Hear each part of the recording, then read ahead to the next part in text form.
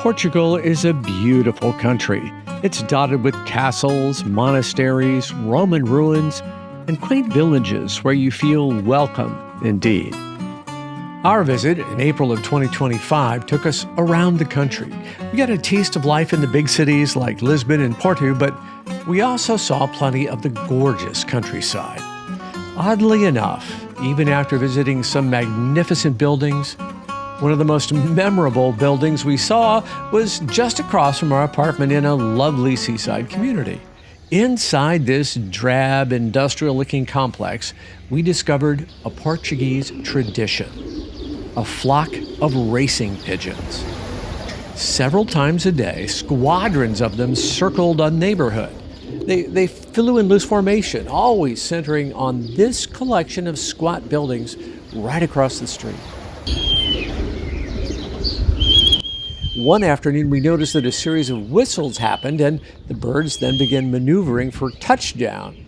Well, that drew us for a closer look, right? Those buildings were home to a pigeon loft. We discovered, maybe 1,000 of these racing pigeons were being trained right across the street. Each day, they're released to exercise their wings. For about 50 minutes each session, their homing instinct is reinforced as they circle the building time and time again. And just watch how they're called in for a landing.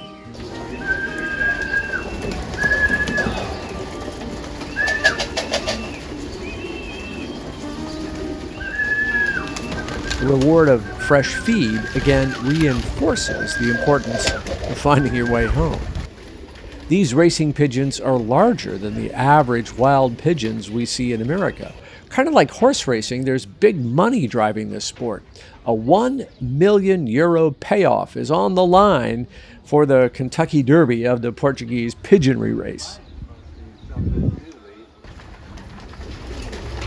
Multiple teams of 15 birds each are trucked hundreds of kilometers away and then set free. The first to return to their loft wins. Now, I don't know all the details, so maybe you can help us out in the comments to explain more. We were told these birds can fly several hours at about 60 kilometers per hour on race day. Yeah, some don't make it home.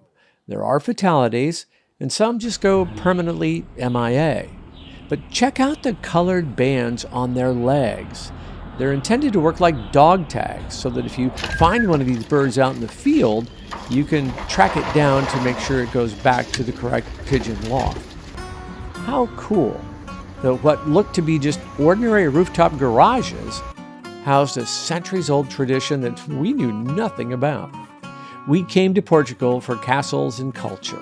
We didn't expect to discover athletes wearing feathers were just next door. Sometimes, the best stories aren't behind a castle wall. They're right across the street, or maybe circling overhead, just waiting to be discovered.